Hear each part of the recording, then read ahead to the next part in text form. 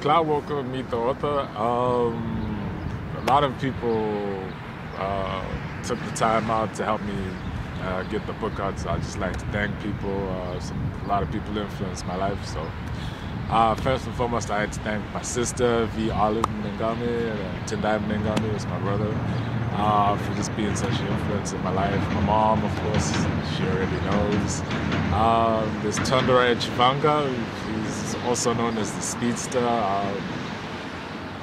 When we were younger in Zimbabwe, he went to Prince Edward, I went to Churchill, and he was doing before he became the Speedster and the Springbok. He sat down with me once, because we stayed in the same riches dude, and he told me like, a house without a father is a bad thing, but a nation without a father is a disaster.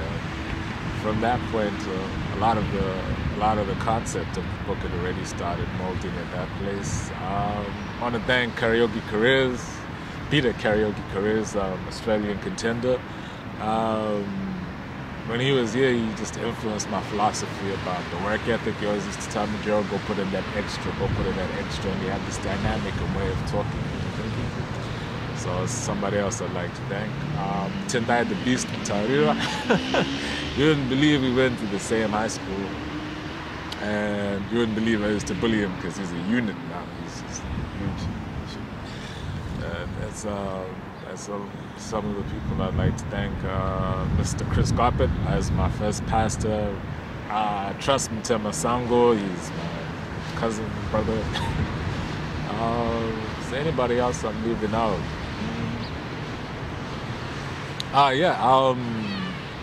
Just a big shout out to the Guaras. They used to be my neighbors. I mentioned them in the book in passing because there's this scene about the booty in the book. And what happened was when I was about 16, it's a pretty funny story. When I was 16, I had a friend and we did something. And then she went back to her boyfriend and and they had sex, and unfortunately she called out the wrong name, so this guy wanted to kill me. So my dumb ass was walking down Enterprise Road, which is like where close to where I used to live. I used to live in Atherton, close to Zimbabwe, and it's about a kilometer and a half to the shops, and this guy and his whole gang wanted to kill me.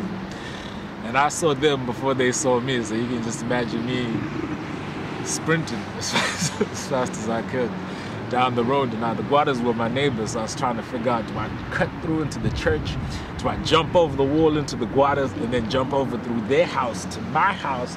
Or do I make it to Atherton Close, which is it's like an uphill sprint.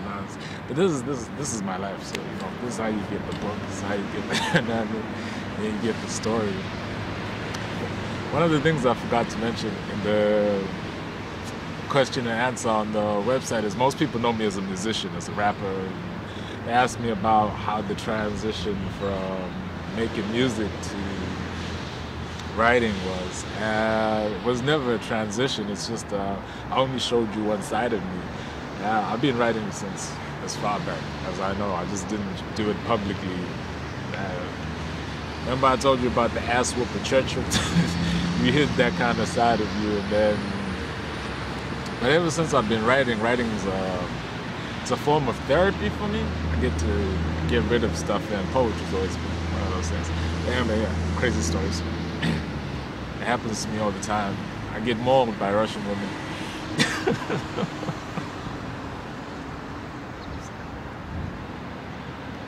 I had to put that in.